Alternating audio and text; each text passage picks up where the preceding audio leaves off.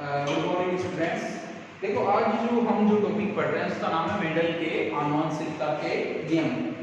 Mendel के आनुवंशिकता के नियम। मेंडल के आनुवंशिकता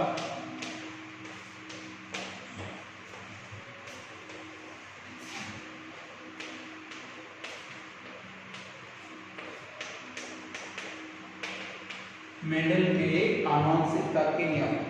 मेंडल लॉ ऑफ इनहेरिटेंस। देखो विज्ञान की शास्त्र में हम बहुत सारे तरीके का अध्ययन करते हैं, उसको आनुवंशिकी बोलते हैं। क्या बोलते हैं उसको? आनुवंशिकी बोलते हैं। क्या बोलते हैं उसको? आनुवंशिकी बोलते हैं। ठीक है, क्या बोलते हैं उसको? आनुवंशिकी बोलते हैं। आनुवंशिकी के बारे में सर्वप्रथम ग्रेगर जॉन मेंडल ने बताया था। इसलिए मेंडल को आनुवंशिकता का जनक कहा जाता है। इसलिए मेंडल को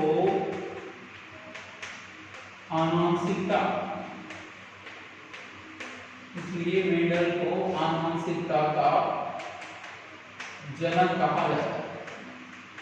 क्या कहा जाता है? आनुवंशिकता का जनक कहा जाता है। ठीक है, लेकिन जो आनुवंशिकी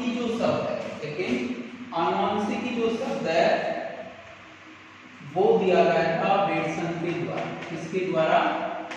बेटसन के द्वारा दिया गया था। इसलिए बेटसन और इनके जो सहयोगी थे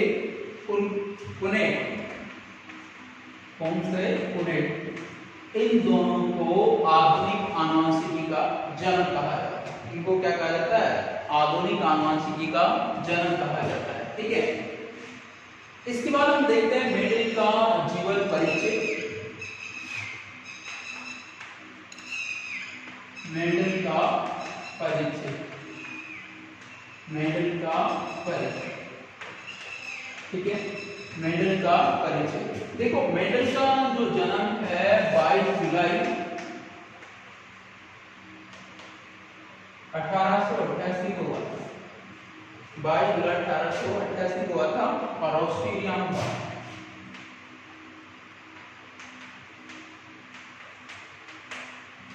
कहां पे हुआ था? ऑस्ट्रेलिया में हुआ था। ठीक है, मेंडल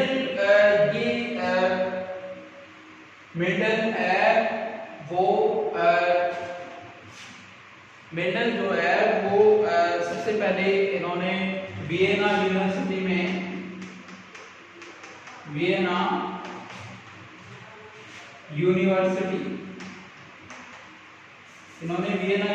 में प्राकृतिक विज्ञान में स्नातक की उपाधि प्राप्त की। इन्होंने वियना जो यूनिवर्सिटी है 22 जुलाई 1822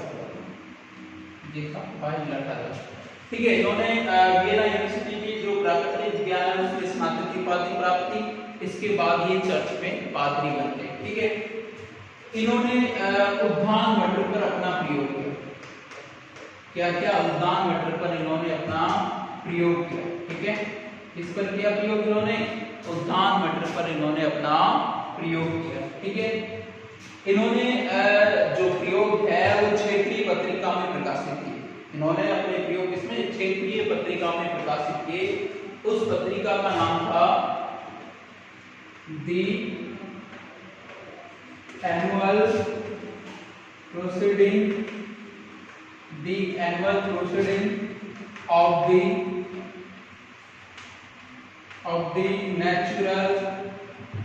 of the natural history society of the Brunn।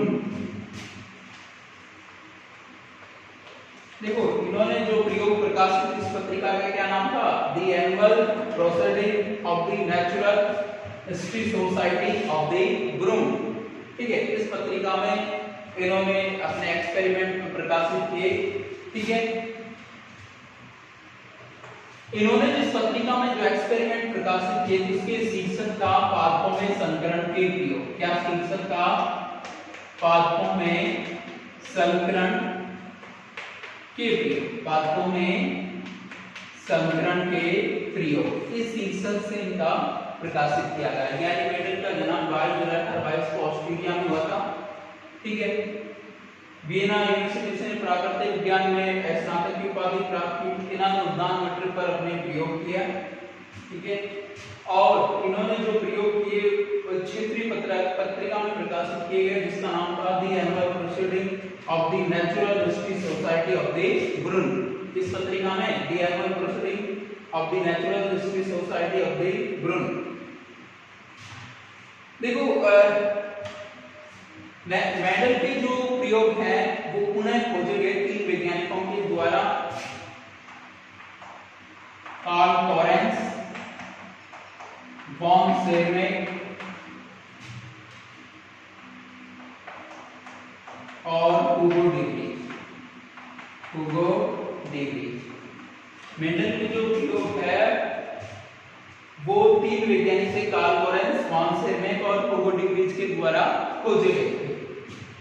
ठीक है, इसके बाद हम बात करते हैं मेंडल ने जो मटर का पादप अपने प्रयोगों के चुनने के कारण, यानी मेंडल ने मटर का पादप क्यों चुना, मेंडल ने मटर का पादप क्यों चुना। ठीक है, क्यों चुना, उसके कारण थे कुछ कारण। पहला तो ये कारण था कि जो मटर का पादप है कम जगह में अधिक पादप लगाए जा सकते हैं। सबसे पहले कारण क्या था, कम जगह में अधिक पादप लगाए जा सकते हैं। ठीक है, दूसरा ये है कि जो मटर के पादप होते हैं 1 वर्षीय होते हैं। मटर के पादप क्या होते हैं, 1 वर्षीय होते हैं। ठीक है, मटर के पादप क्या होते हैं, 1 वर्षीय होते हैं, अर्थात कम जगह में अधिक पादप लगाए जा सकते हैं।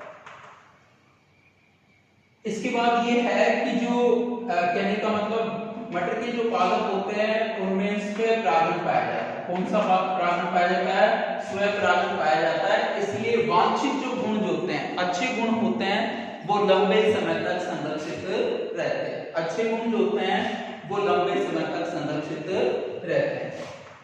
इस आगे ये है कि जो मटर का जो पादप है उसमें परपरागण, मटर का जो पादप है उसमें परपरागण पाए जाते हैं, परपरागण पाया जाता है। इसलिए हम मटर के पादप में वांछित गुण या अच्छे गुण विकसित कर सकते हैं। कि पहला क्या, कम जगह में अधिक पादप लगाए जा सकते हैं। दूसरा, 1 वर्षीय पादप होते हैं, इनमें स्वयं परागण पाया जाता है, जिसके कारण वांछित गुण लंबे समय तक बने रहते हैं। दूसरा है, इसमें परपरागण भी करवाया जा सकता है, जिससे वांछित गुणों में सुधार हो सके। ठीक है, अब इसमें दे रखा है कि मेंडल के प्रयोगों को नकारने के कारण, यानी मेंडल के जो प्रयोग है उनको नकारा क्यों गया, मेंडल के प्रयोगों को नकारने के कारण।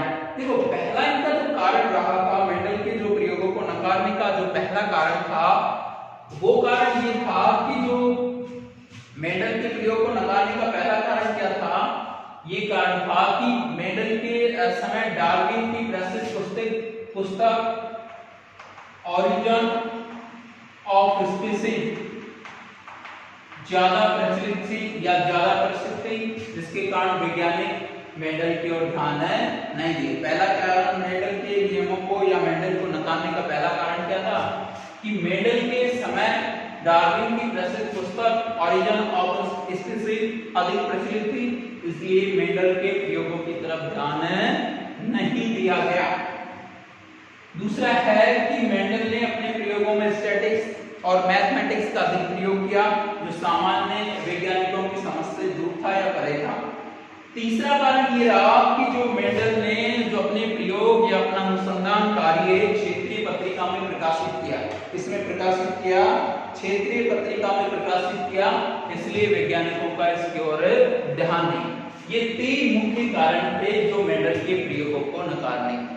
ठीक है, पहला कारण क्या था कि मेंडल के समय डार्विन की प्रसिद्ध पुस्तक ऑरिजिन ऑफ स्पीसीज अधिक प्रचलित थी। ठीक है, ऑरिजिन ऑफ स्पीसीज अधिक प्रचलित थी, जिसके कारण वैज्ञानिकों का इसकी ओर ध्यान नहीं दिया। दूसरा कारण क्या था कि जो मेंडल ने अपने प्रयोग या अनुसंधान कार्यों में मैथमेटिक्स और स्टैटिक्स का अधिक उपयोग किया, जो सामान्य वैज्ञानिकों की समझ से दूर था। तीसरा कारण क्या था कि मेंडल के जो प्रयोग या अनुसंधान कार्य क्षेत्रीय पत्रिका में प्रकाशित किए गए, इसके कारण वैज्ञानिक इनकी ओर ध्यान नहीं दिए। देखो मेंडल ने मटर पर प्रयोग करने के लिए 7 जोड़ी विपर्यासी लक्षण जुड़े। कितने जोड़ी? मेंडल ने मटर पर प्रयोग करने के लिए मटर के 7 जोड़ी विपर्यासी लक्षण जुड़े, विपरीत लक्षण जुड़े। कितने जोड़ी? 7 जोड़ी विपर्यासी लक्षण है, विपरीत लक्षण। इधर लिखेंगे हम लक्षण, पहले लिखेंगे प्रभावी लक्षण कौन सा है, इधर लिखेंगे अप्रभावी लक्षण।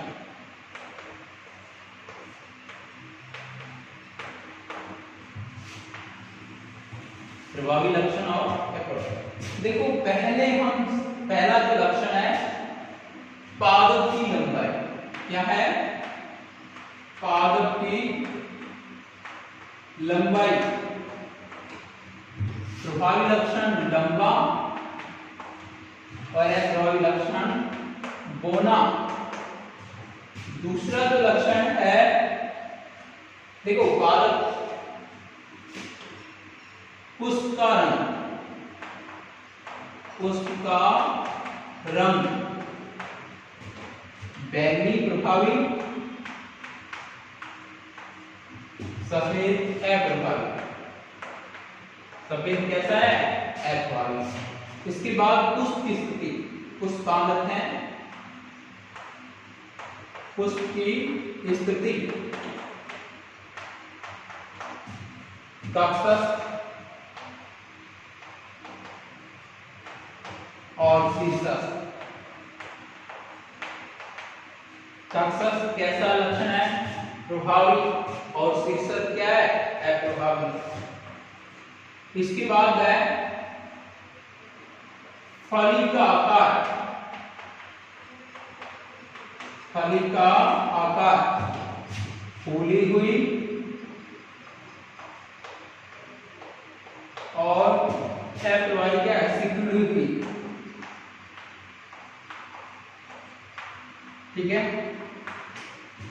इसके बाद अगला है फली का रंग,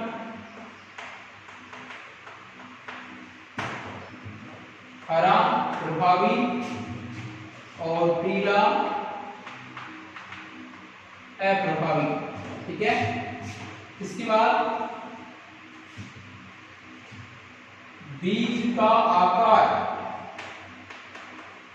बीज का आकार गोल,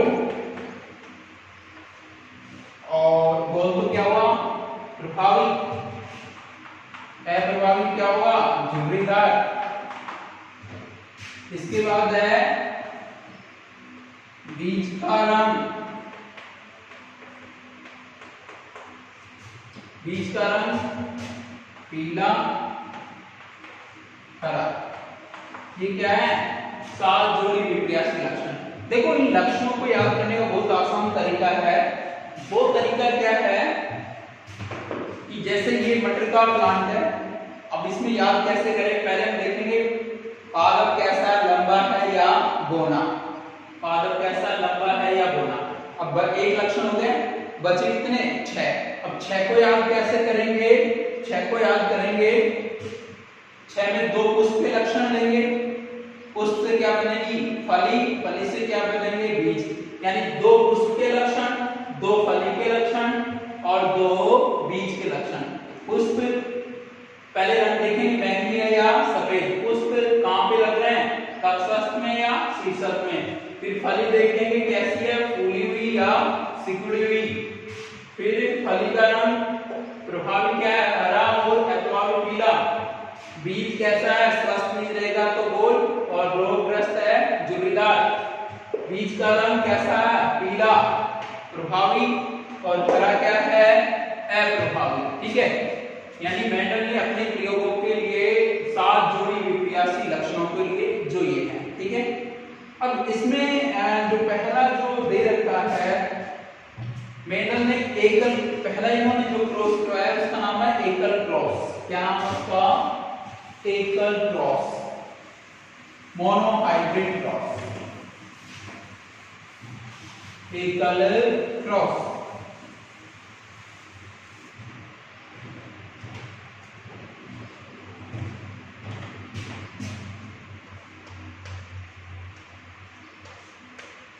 एकल क्रॉस,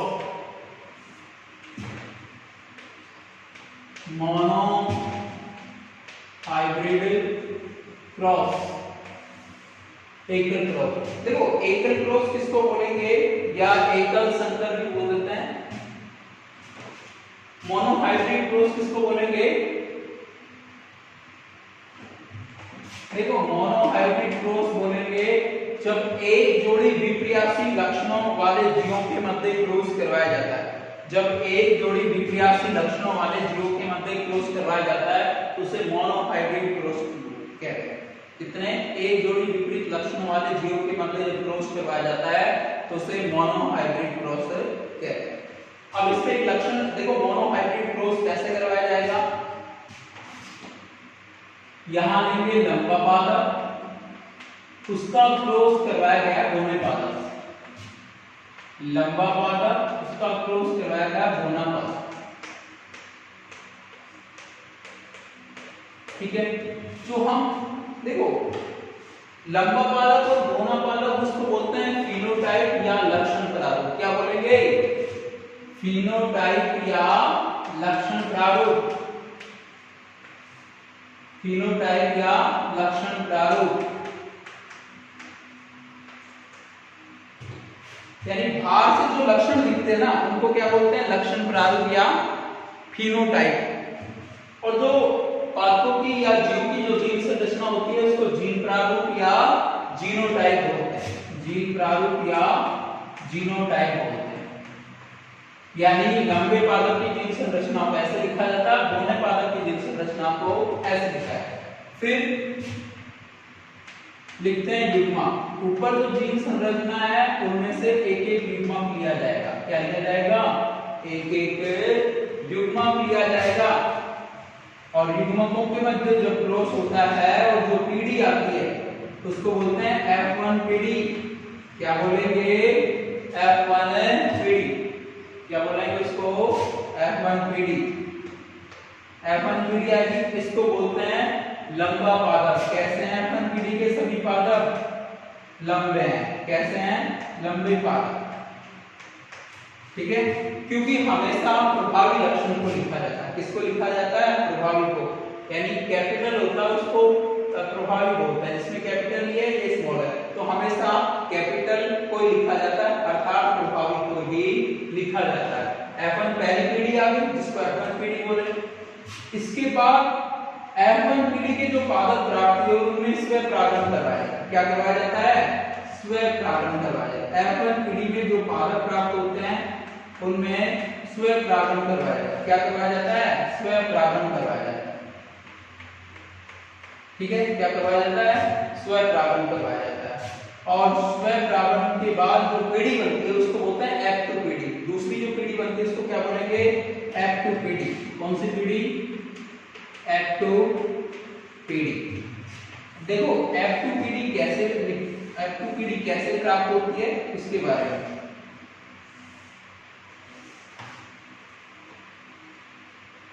एक सिंबल ऐसा लेंगे, एक सिंबल ऐसा लेंगे। देखो ये जो सिंबल लिया वो मादा का है और ये सिंबल लिया वो नर का है।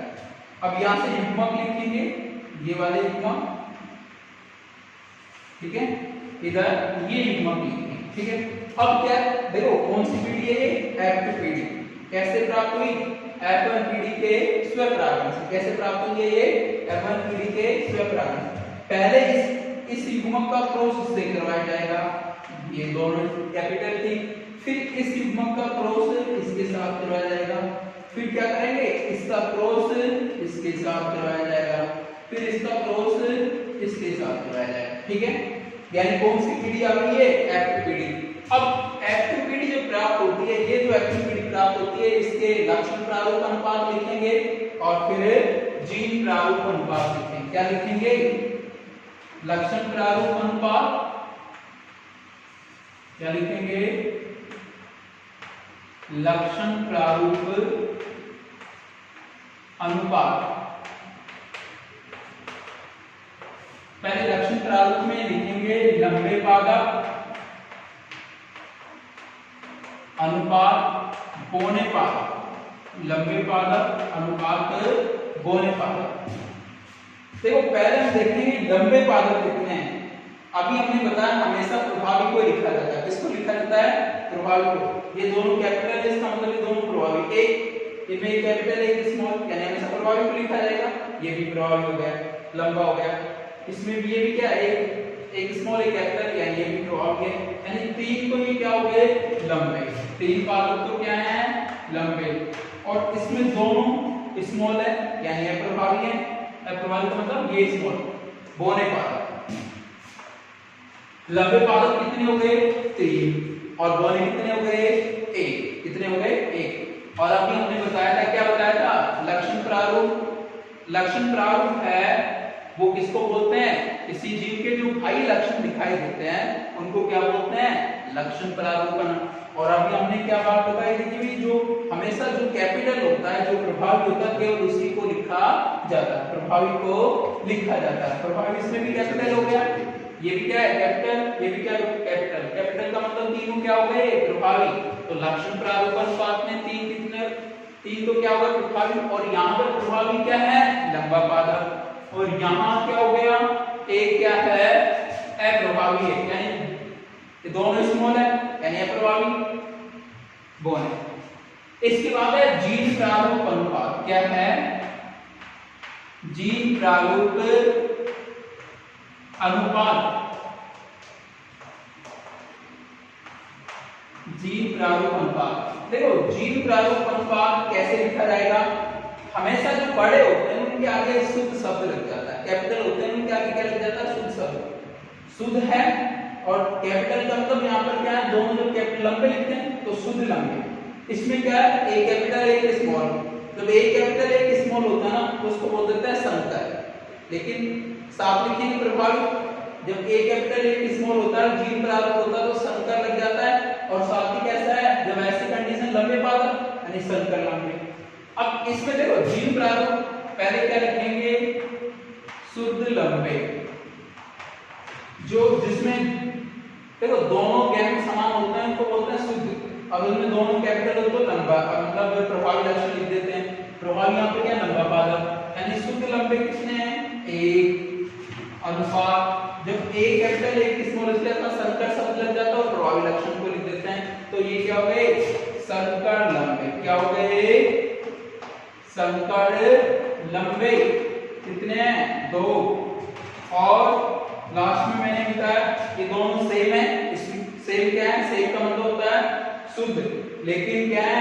स्मॉल है, इसका मतलब है अप्रभावी है। तो संकर के साथ शुद्ध के साथ क्या लिखेंगे? बौने, यानी शुद्ध बौने। क्या लिखेंगे? शुद्ध बौने। क्या लिखेंगे? शुद्ध बौने। यानी देखो लक्षण प्रारूप अनुपात क्या हुआ? 3 अनुपात 1। 3 लंबे पादप और 1 बौना पादप। जीन प्रारूप अनुपात क्या हुआ? 1 लंबा पादप, 2 संकर लंबे और 1 शुद्ध बौना पादप। ठीक है। एकल संकर क्रॉस या मोनो हाइब्रिड क्रॉस किसे बोलेंगे? जब एक जोड़ी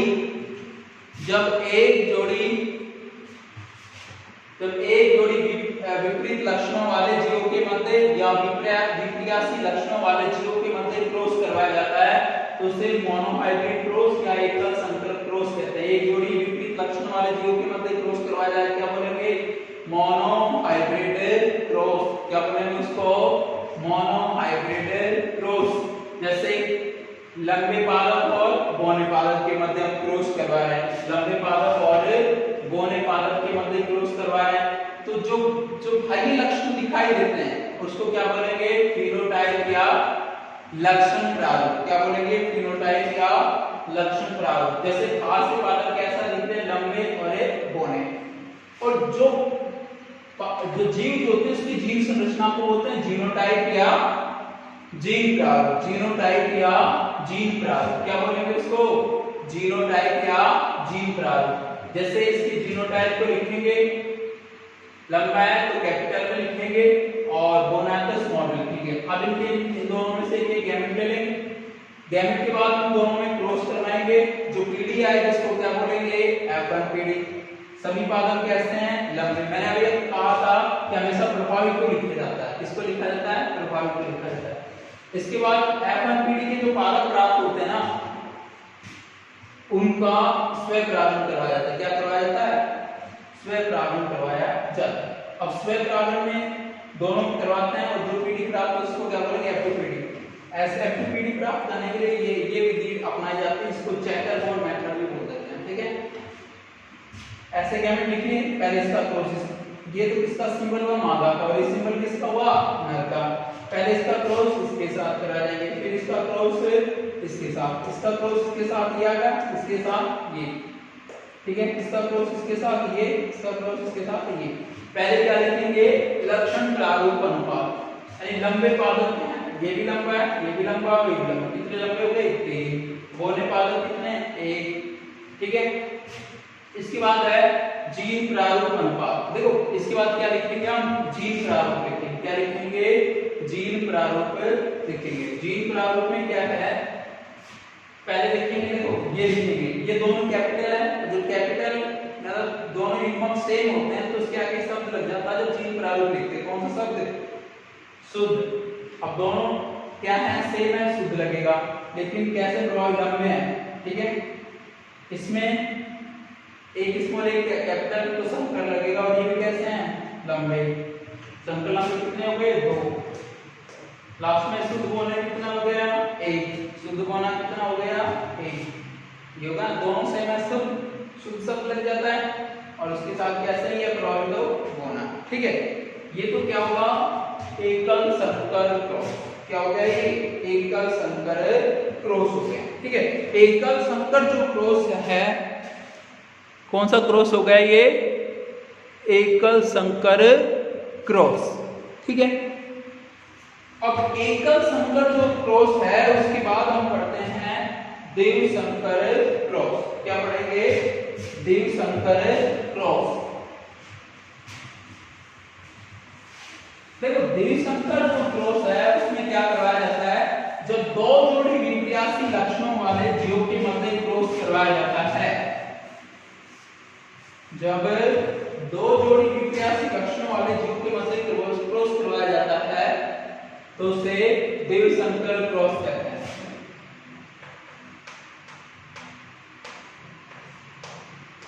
क्या बोलते हैं इसको देव संकर क्रॉस डाइहाइब्रिड क्रॉस।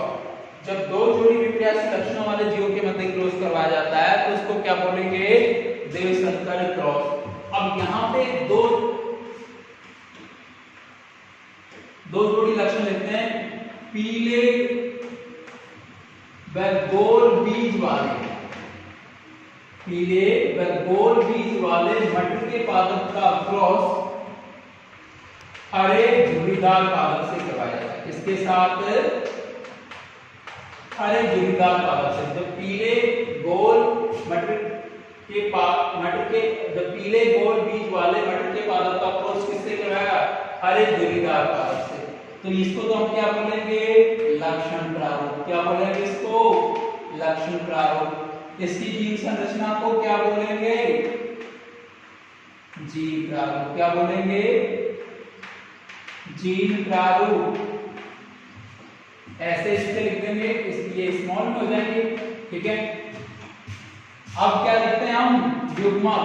क्या लिखते हैं युग्मक। क्या लिखेंगे युग्मक। ठीक है यहां से ये युग्मक ले लेंगे यहां से ये युग्मक।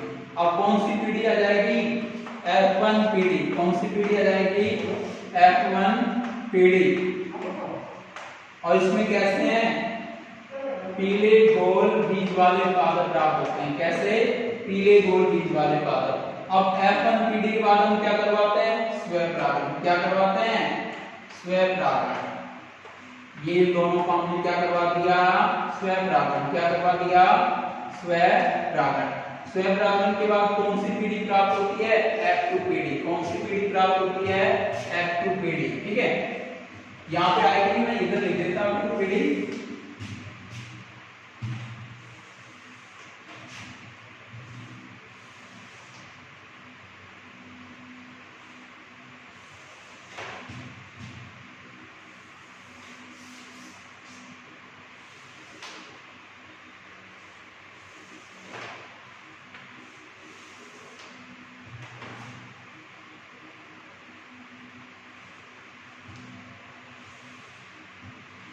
ये अब इसमें क्या है, गैमेट लिखेंगे इधर, देखो एक गैमेट ये हो गया, इधर हो गया एक गैमेट ये हो गया, ठीक है। दूसरा गैमेट ये हो गया, तीसरा गैमेट ये हो गया, और चौथा गैमेट ये हो गया, ठीक है। ऐसे इधर लिख देंगे, तीन गैमेट ये हो गया इसका चौथा गैमेट, 1 2 3 और ये चौथा गैमेट। अब इसका क्रॉस करवा देते हैं,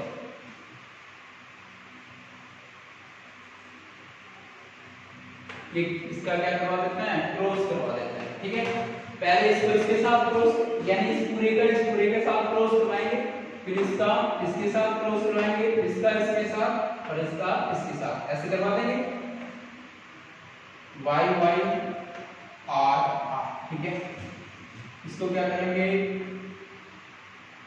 y y r, इसमें y y r, और इसको क्या करेंगे y y r, ठीक है।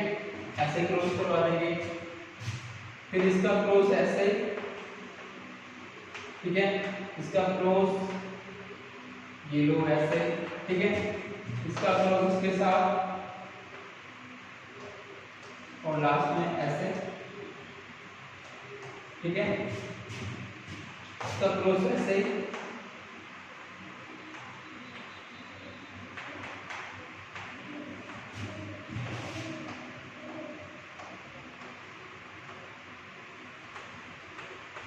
ठीक है, इसका क्रॉस ऐसे,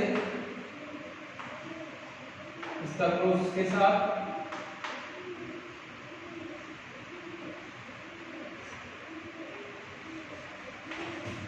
इसका क्रॉस और लास्ट में ये क्रॉस, क्या इसका उसके। और मैंने भी बताया हमेशा किसको लिखते हैं हम, प्रभावी को लिखते हैं, किसको लिखते हैं, प्रभावी को।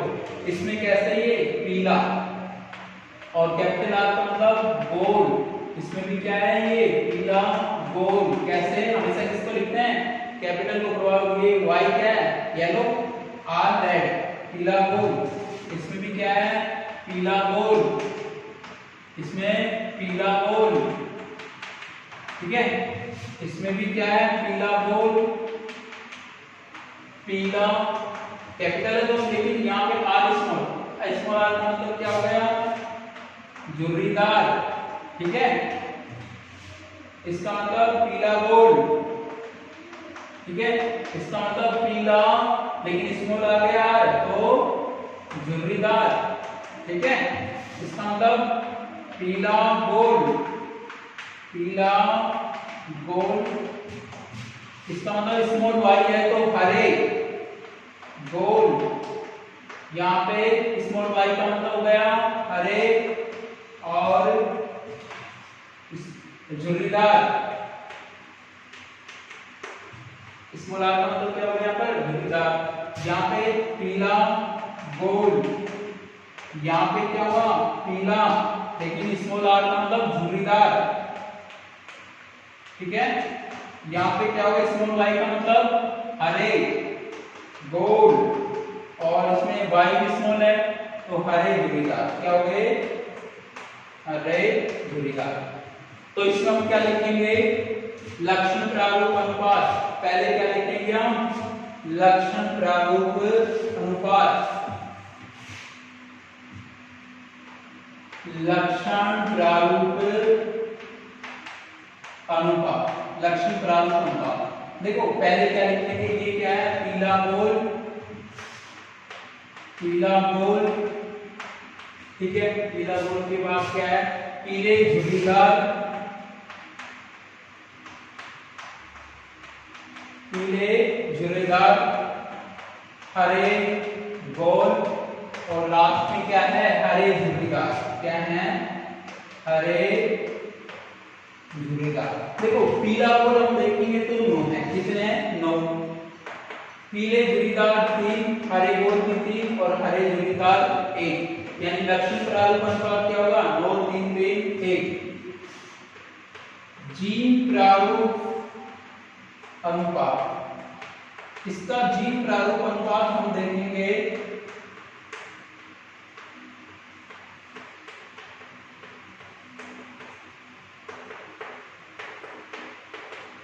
1 2 2 4 1 2 1 2 1।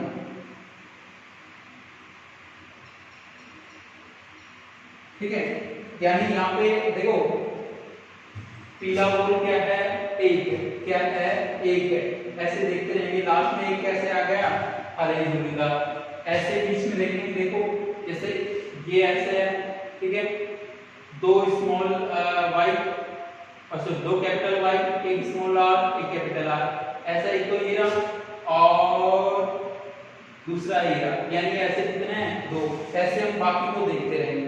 कहने का मतलब इसको केवल ये ध्यान में जीव प्रारूप अनुपात को ये लिखेंगे कि जो संरचना एक बार आ रही है इसको एक बार, जो दो बार आ रही है दो बार, चार बार आ रही है चार बार और एक बार आ रही है इसको एक बार लिखेंगे। लक्ष्य प्रारूप अनुपात में क्या है, पीला बॉल 9 है, पीले जोड़ीदार 3, हरे बॉल 3 और हरे जोड़ीदार 1। ठीक है।